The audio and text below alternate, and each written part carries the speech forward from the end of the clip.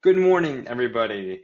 We're gonna do another filmmaking advice tip video. I've been enjoying doing these. These have been great because I just get to come on here, nothing fancy, just me talking about certain topics that I hope will help other filmmakers, and it's great. I love doing it. Normally, I just keep all my knowledge to myself a bit. But I've always felt like doing something like this, and it's great. So, actually a further passion of mine down the road is to be a teacher someday. You know, that's something for film, obviously. But anyway, so today we're going to be talking about finding your style as a filmmaker. This is it's a very opinionated topic. It's going to be different for everybody, and sometimes I think it's necessary to find a style. Sometimes it's a bit. Sometimes I think that's a bit pretentious, but it's necessary. It's necessary to find and improve on your qualities and what you're doing. And yeah, so it's somewhat necessary, but don't be arrogant about it. Like, oh, I have my own style. But yeah, just take these with a grain of salt, improve on your craft, and try to develop your filmmaking and who you are and your art, and improve upon it and change it up. All right, so the number one thing that is a top five. So the number one thing is to be true to yourself. That is the biggest thing out of everything on my agenda here is you have to be true to yourself. This means embracing the bad, embracing the good, everything. You can't lie to yourself. You got to be true. You got to let me just say this. Okay. I'm a huge fan of silent film. My dad brought me up on silent movies, Buster Keaton, Charlie Chaplin, The Three Stooges. That's just who I am. Do I incorporate that in my style? Not necessarily. It's just something I hold very dear to my heart.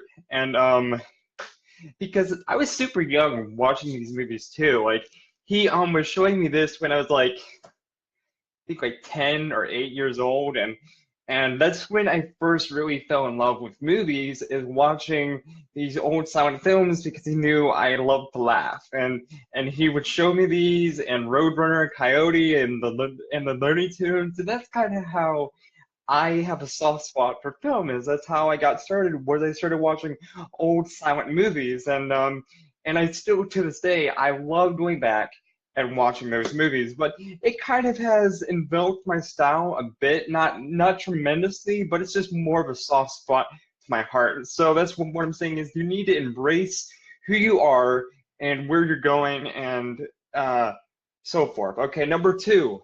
Follow your heart, not your mind. It's kind of the same thing. So it's just like following your heart, be true to yourself. Just that your heart knows what you are. Your mind, sometimes it can get confused. But let's just go on to the third one. And the third one is very important, and it's a bit confusing, but I'll try to explain it to you the best I can. Pulling for motivation rather than inspiration. And this is what I mean by this. You can get inspired by people like famous directors or people that you look up to, and so you can get inspired by that. But it's better to pull from your own motivation. So it's kind of like, if you're inspired by someone, you're more likely to copy them. And there's nothing wrong with copying people. Some of the best artists steal from other artists. I'm not saying that you should steal, but I'm just saying there's nothing really your own. You know, it's very hard just to make your own. So it's natural to pull motivation or inspiration from other artists as a sign of respect for something that they did, and you would like to do it and do it your own way, or do it or change it up. That's the right way to do it. Is you're not gonna like take something and copy it frame for frame. You want to improve on it because you thought their idea was so good. But back to what I'm saying is, it's better to be inspired and then to pull from your own source of motivation rather than just taking off from just inspiration. So it's better to be motivated and inspired to be just inspired and then motivated. Hopefully that makes sense. I thought that was a good one. a good tip. And number 4, I do have a stuff typed up here on my screen. So number 4 is did I just put 2 of those on? I guess they were the same. Hold on. Number 4 should be it's kind of the same thing, but I see that I copied some things. I'm trying to think of something out of the box. So basically, okay, I'm just gonna talk about this way. Okay. Your style is something that only you can decide if that's something that you want to do. Obviously, there's like Stanley Kubrick and other people who have defined a style for them. And that's what I'm saying. It's not necessary, you know, it's not like the most important thing in the world, but I mean, there are parts where it's good to have like a signature of some point, but for me, I don't really necessarily have a style because every project is going to be different.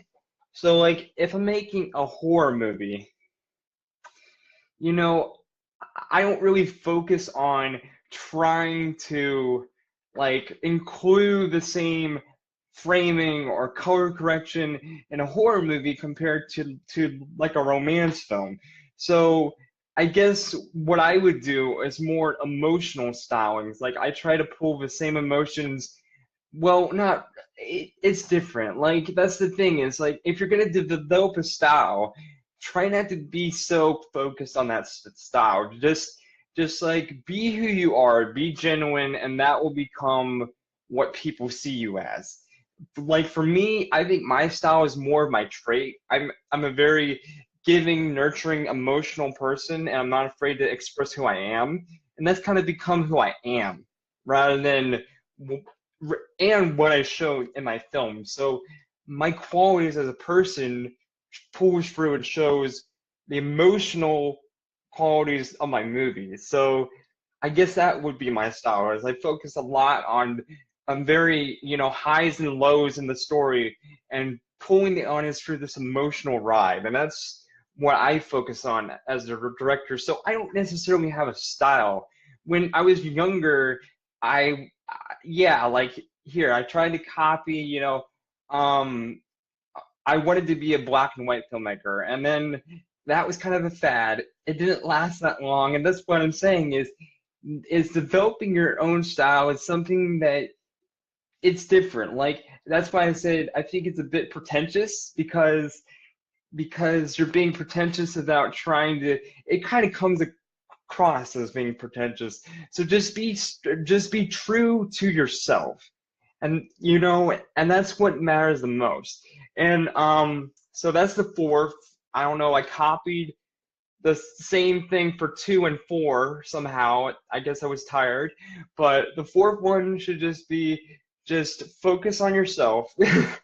Even though we're talking about the same shit here, it doesn't matter, but I'm trying to give the best advice about this. I guess number 4 is, just follow your heart, but don't make it who you are. Don't let finding a style be your purpose as a filmmaker. And number 5, even though it sounds the same, it's very important, is to trust your gut. Okay, now this is something that I have just developed tremendously. I'm very spiritual, but it's not necessarily a spiritual thing.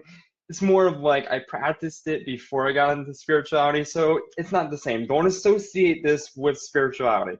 You can if you want, but I'm just telling you guys so you know.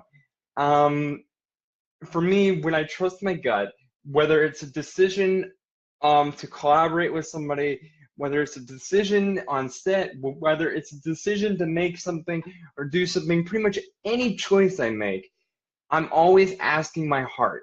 And this is something that it's like with time and practice, and the more that you get to know yourself, I think the better accuracy you get at.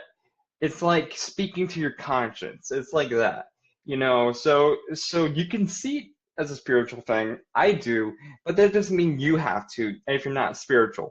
So for me, like if I feel in my heart that it's not the right thing or it's not the right decision or it's not the right time, then I'm not doing it. There's no ifs, ands, or buts. That's just how I am.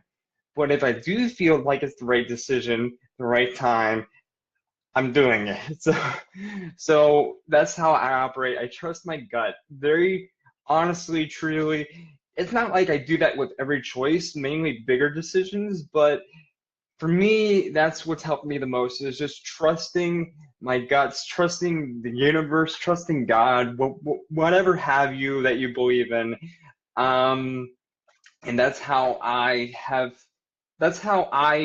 go on in my career is I trust my heart, trust myself, and trust my guts. But we're just gonna do a final recap of everything. Okay, so of course be true to yourself. Follow your heart, not your mind. Pull for motivation rather than inspiration, and try not to get too caught up in just developing the style. Your style will come as you be yourself. And then number 5, trust your gut. And I hope that's a good list of things. I thought this would be a really good thing to talk about because it's different, you know? I mean, it's not necessary, but it's an important topic to talk about anyway.